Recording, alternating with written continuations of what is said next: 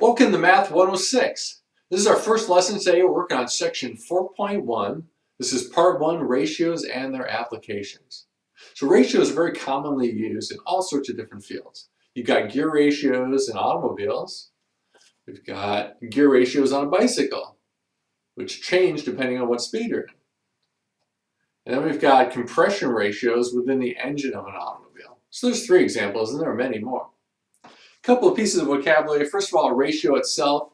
It's a comparison between 2 numbers using the mathematical operation of division. And one of the ways we represent a ratio is with a fraction. And simplest form of a fraction, we're going to write a fraction so that the top and bottom number have no common factors. So we can't factor anything out and cancel. Now, ratios can be expressed in 3 different ways. And we're going to need to be able to read a description of a real-world situation and write the ratio in all 3 forms, and also be able to translate between the different forms. So here's an example. We have 2 runners in a race. One averages 8 miles per hour, and the second one averages 5 miles per hour. So we want to write the ratio of the 2 runner speeds. So in words, you write the first number, 8, with a 2 in between, and 5. So it's the ratio of 8 to 5. A colon notation, we've got the numbers in the same order, but with a colon between instead of the word 2. And then fraction notation, take the first number goes on the top of the fraction, and then since we're talking division, we're going to put the divisor line in here, and then the second number goes on the bottom of the fraction. So since most people write their fractions top number and then bottom number, we're just always writing them in the same order, the 8 first and the 5 second. Your turn. Suppose that the diameters of 2 pulleys are 3 inches and 7 inches. Write the ratio using all 3 notations. Now this is your turn number 1. And I want to stop here for a second to say that most of the lessons have this kind of a format where I demonstrate one and I give you one to work on. It is absolutely essential that you do the your turns. People who do the your turns learn way more than people who just watch. Doing is more effective than just watching. Now, I do not stop to give you time to work on your turn, so just pause the video, and then when you're done, resume. All right, so in words, we've got 3 inches for the first pulley, 7 inches for the second. So in words, we've got 3 to 7. So it's the ratio of 3 to 7. And in colon notation, same order, but with a colon in between. And then fraction notation, first number goes on top, second number goes on the bottom, so 3 over 7. Now the first example we're going to look at is gear ratios. And we've got a gear ratio formula. And there are different ways to calculate gear ratios. Some formulas depend on or use the diameter of the pulley. Kind of the way we did it in the first, your turn. Diameter of 2 pulleys. So we got a pulley ratio there. Sometimes you use the diameter of the gears. And another way to do it is using the teeth of the gears, because the 2 things are related. Larger diameter gear has more teeth.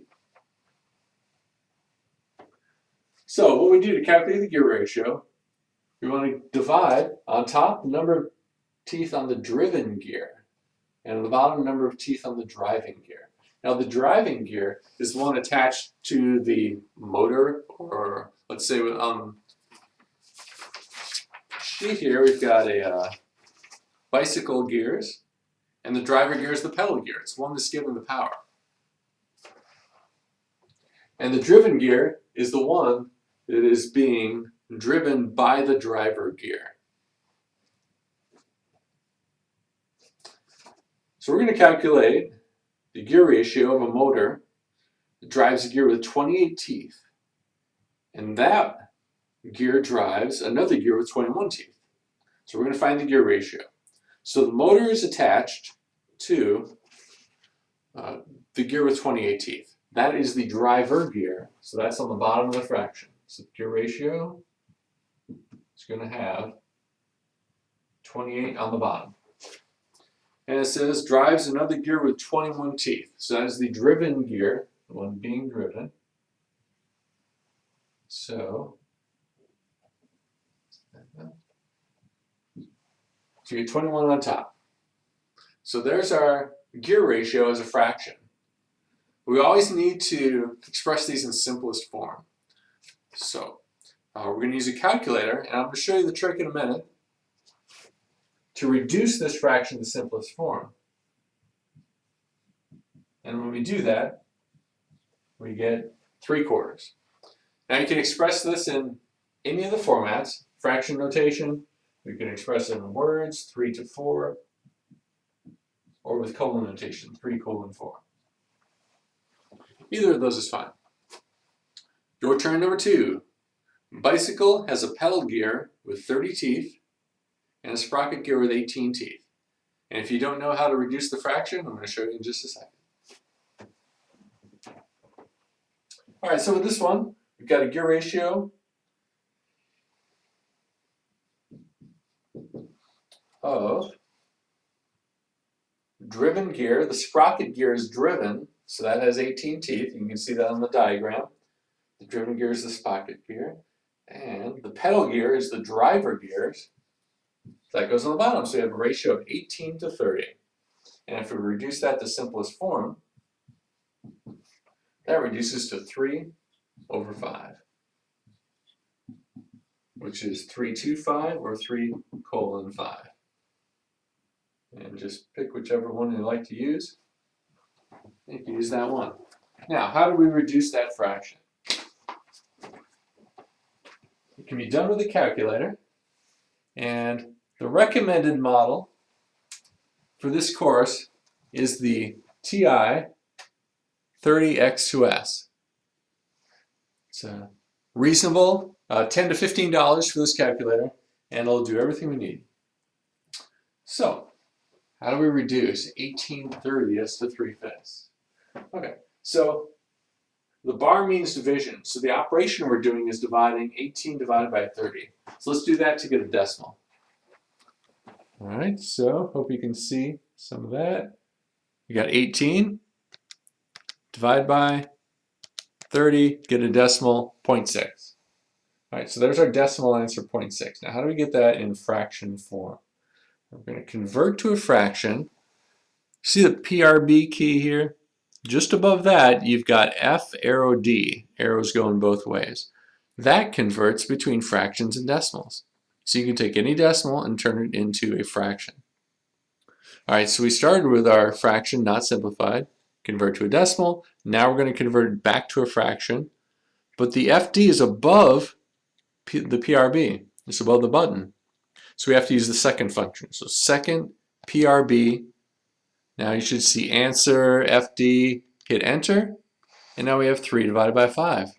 And that's our simplest form, 3/5. Now there's one last function I want to show you. What if the numbers were reversed? You made a bigger number on top. When that happens, there's 2 different ways to represent that fraction. We have improper fraction and a mixed number. So let's try that. I'm going to do 30 divided by 18, and that gets us the number 1.6 repeating. All right, now I'm going to convert that to a decimal, or to a fraction by going second PRB. And that gives us this kind of weird thing, 1U2 divided by 3. What that means is 1 2/3. So what we have here is we got 30 over 18 is 1 2/3 as a mixed number. But what if you don't want a mixed number? Well, you can go between improper fractions and mixed numbers by using the button below PRB, the ABC button. But we're going to use the function above it, so you have to do second that one, and that converts it into 5/3, which is the same fraction here, as an improper fraction. Now these are better for calculations, and these are better to represent an answer because they're more understandable. And then you can just go back and forth between those by going second ABC, go back to a mixed number, second ABC gets you back to an improper fraction. So those two are really important functions on these calculators that we're going to be using quite a bit in this course.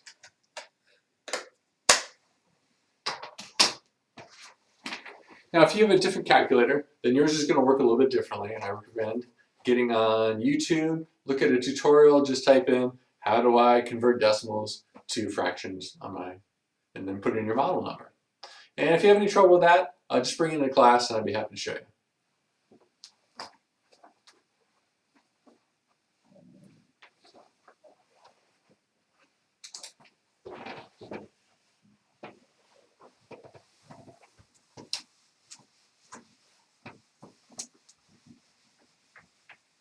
Now, another commonly used ratio is pitch of a roof.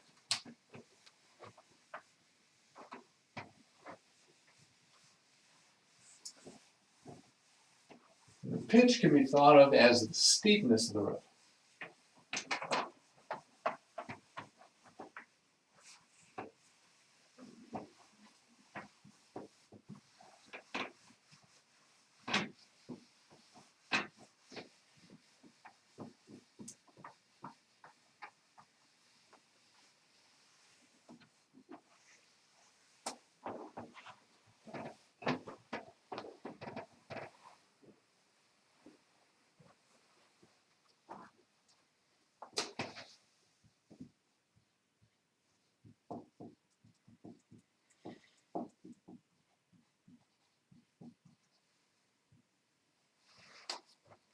Now, as you go through these lessons and the homework, make sure you're taking careful notes on the information you need to solve these problems, because on your exam, you're going to get a sheet of paper of notes, one sheet, both sides, and so you might as well start filling it out now as you're doing the homework, then you got it done, ready to go for the exam.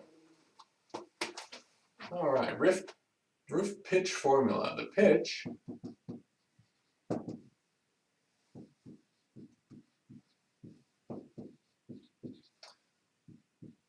is rise over run.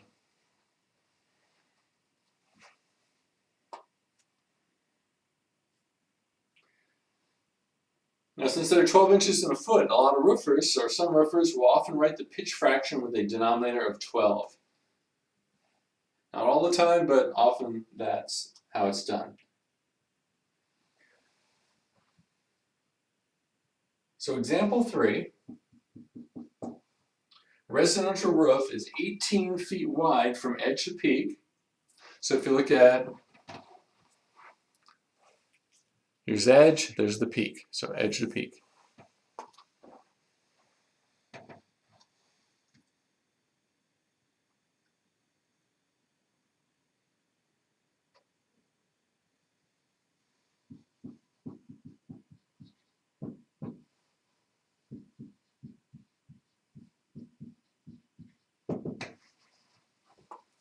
All right, 18 feet wide, so that is the run. That's how long we go in a horizontal direction.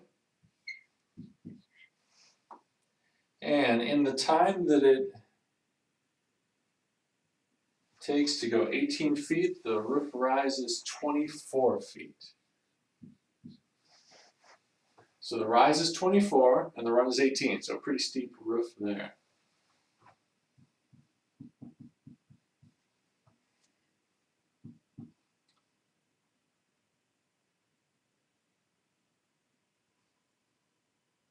And now if we wanted to express this,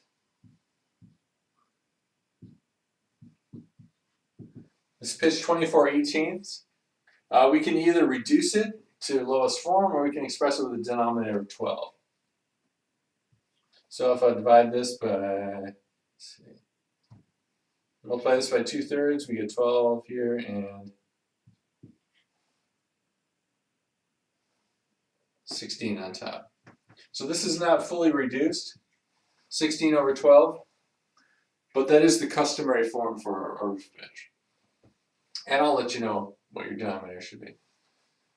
Now if we wanted to express this in simplest form, then we could divide both the bottom and the top by 4 and get 4/3. All right, your turn number 3. A business's roof is 12 feet wide from edge to peak and rises 4 feet. Find the pitch of the roof.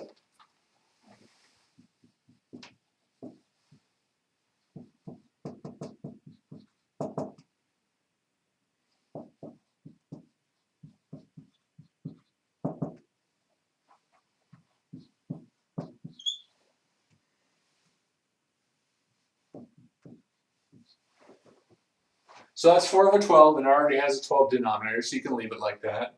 And if I asked you to reduce it to simplest form, that would be 1/3. All right, another common ratio is the compression ratio of an engine. So in any internal combustion engine, we have is, and you can see this from the diagram.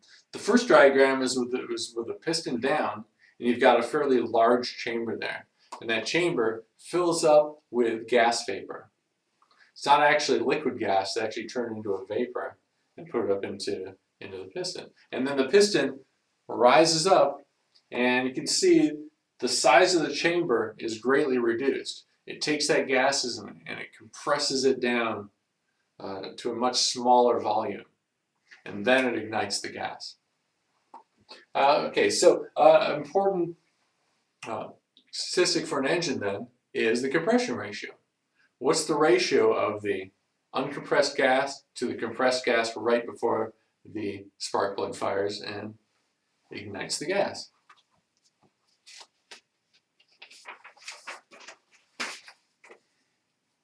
And this can work differently depending on if you're using a 2-stroke engine or a 4-stroke engine. And there's a bunch of different things going on there. We're not going to get into that. We're just going to use the basic compression ratio formula.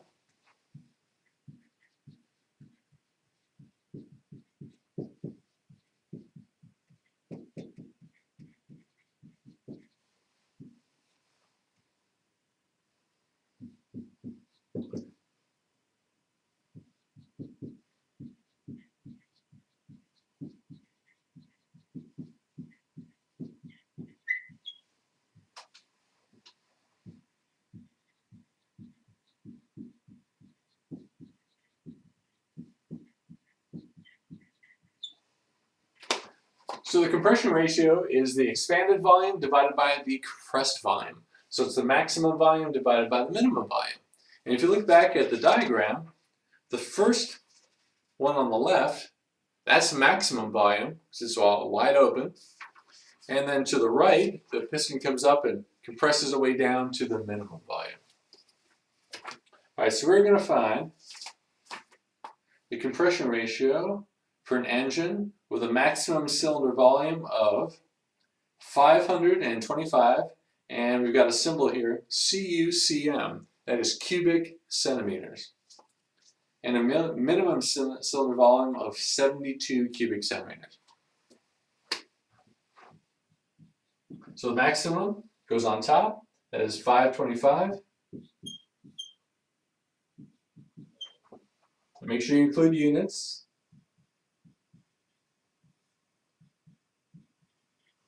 It's going to be, oops, I actually forgot to do that here. It's my mistake. Always include that in your initial formula. We need to be keeping track of the units in all calculations. It's going to be especially important next chapter. And then we divide this out. We're not going to leave this as a fraction because compression ratios are expressed as a decimal. So we divide this out and we get 7.3. Now there's no units on the answer because ratios don't have units generally because the units will cancel out. So we have the same units on top and the bottom. We'll discuss that more in a future lesson. All right, your turn number 4. Find the compression ratio for an engine with an expanded cylinder volume of 675 cubic centimeters and a compressed cylinder volume of 65 cubic centimeters.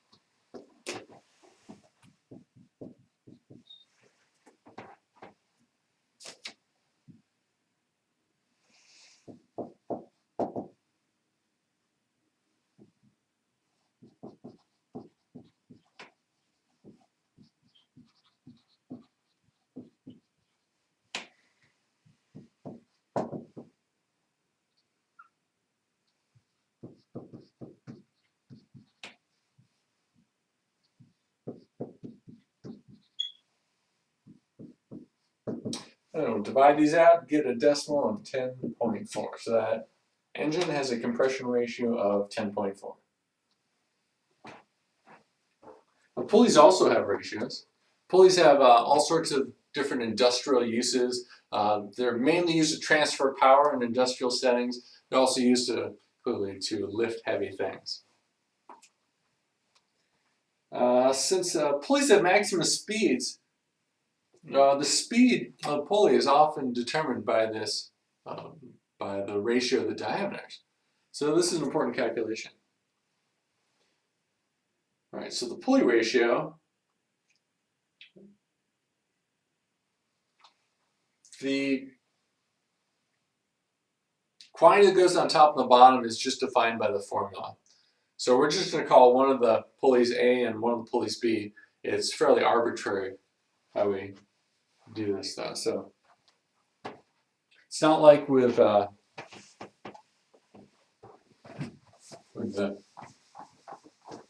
gear ratios where it's set that the driver gear is in the denominator. This one, you can really write these either way, but it'll be given in the problem.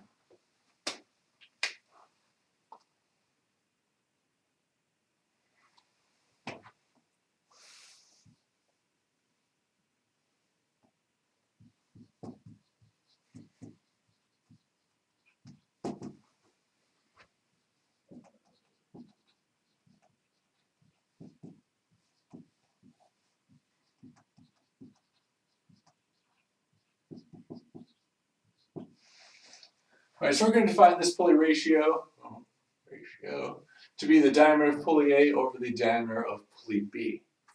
And naming them A or B, like I said, is totally arbitrary. All right, diameter. Okay, pulley B has a diameter of 64 centimeters. So 64 goes on the bottom. And pulley A has a diameter of 36. And these are in centimeters. Like I said, when you write the initial ratio, make sure you include those units. And now we're going to divide this out. The units cancel, those go away. And 36 over 64 reduces to 9/16. So you can write it as 9/16, 9 to 16, 9:16. So that's the pulley ratio. Your turn number 5. In the diagram above, diameter of pulley 1 is 45 inches, diameter of pulley 2 is 27 inches. Find the ratio of the diameter of pulley 1 to the diameter of pulley 2. Now pulley 1 is given first, and then 2, and then pulley 2 is given second, so that's pulley 1 over pulley 2.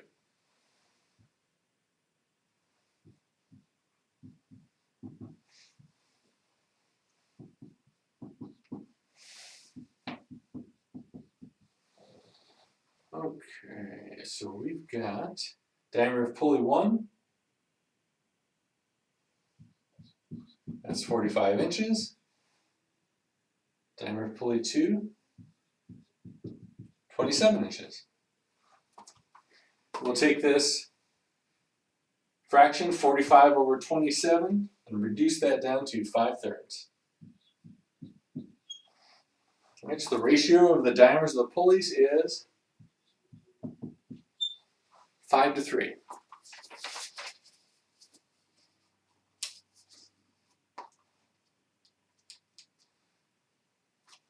Now in the exercise we've been given so far, we've been given the two numbers in the fraction, we just reduce it and we're done.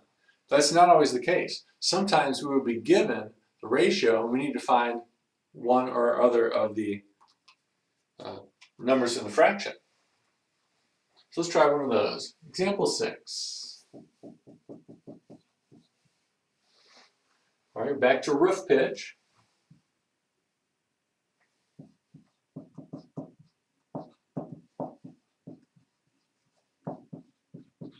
We're going to use this formula, pitches rise over run.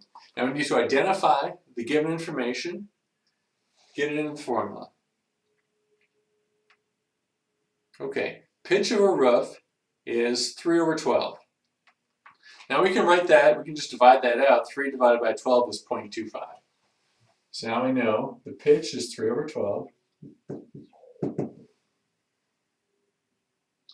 And the run, we're given here, the run is 18. But we still don't know the rise.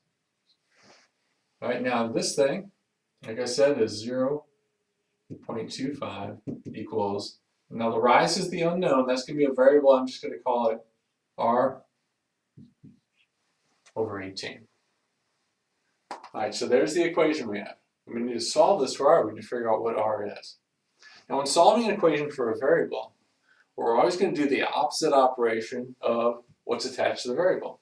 So here we got this thing attached, we got R divided by 18. The opposite of division is multiplication.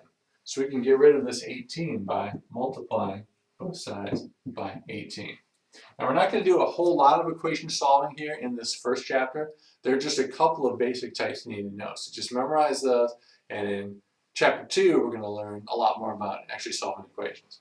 But for right now, just remember you do the opposite operation of what's here. We have division, so we multiply to get rid of it. So these 18s cancel, those go away, and R equals 1/4 times 18. So that is going to be 4.5. Now, here's where keeping track of our units becomes very important.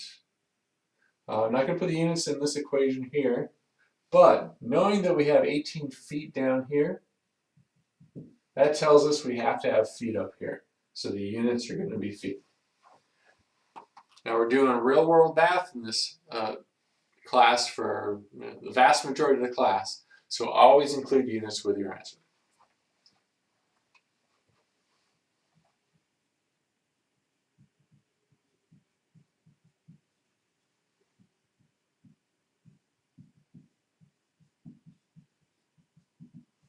And there will be times when you need to write a complete sentence. For these smaller problems, it's usually not required. Your turn, number 6. The gear ratio of 2 gears is 0.75, and the driving gear has 36 teeth. Find the driven gear's number of teeth.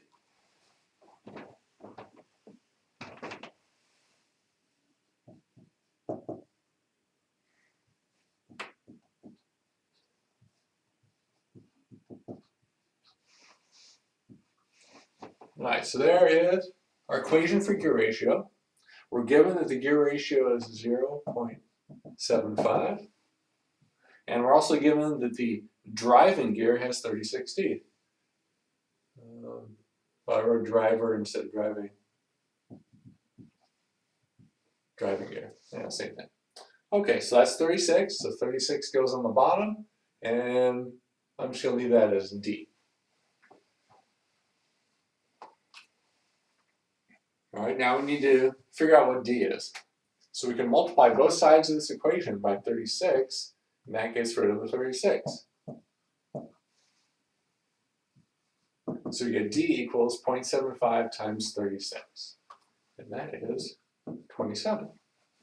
So that means driven gear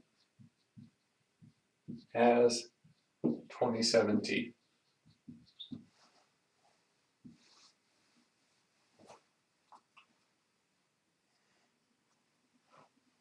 Now for example 7, here we were finding the top number in the ratio, now we're going to find the bottom number in the ratio. And there's a really cool algebra trick we can use for doing these. Makes it super simple. Alright, so now we're back to the prior example. The pitch of the roof is 3 over 12, so that was 0.75. Now we're just going to switch from this one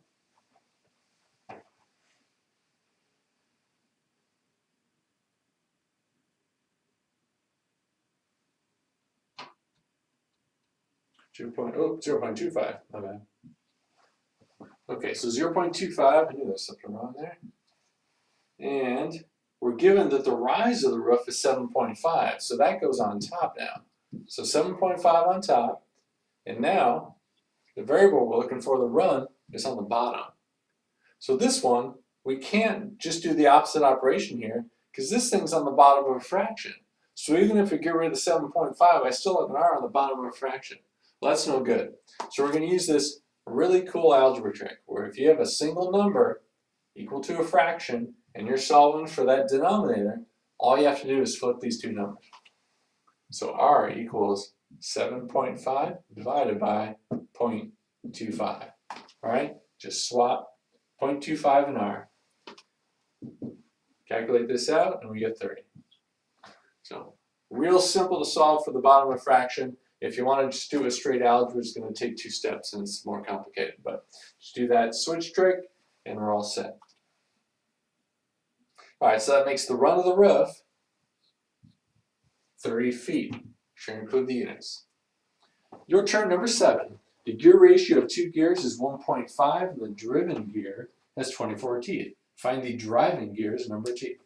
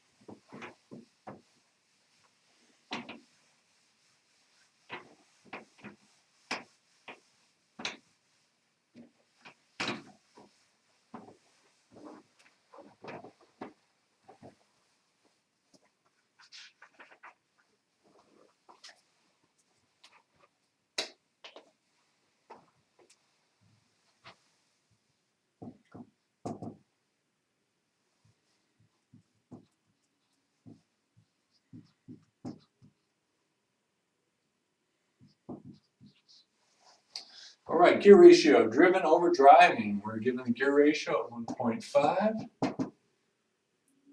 We've got 24 teeth in the driven gear. And we don't know the number of teeth in the driving gear. So we're going to solve for this one. We're going to use that swap trick. The D goes on the left. The 1.5 goes on the bottom. And just divide it out. That gives us, we've got 16. Yep. So that means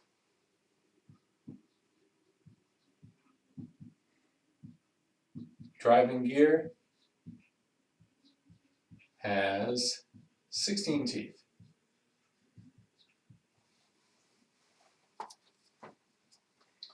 All right, another one of those. Find bottom number of the ratio. We're going to do compression ratio of an engine this time.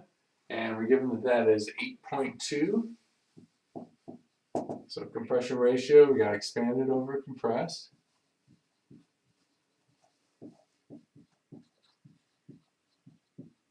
And feel free to abbreviate like this. You don't have to write out expanded volume, compressed volume. All right, so we're given that the compression ratio is 8.2 and that the volume of the cylinder, the expanded volume, is 369 cubic centimeters. So 369 cubic centimeters.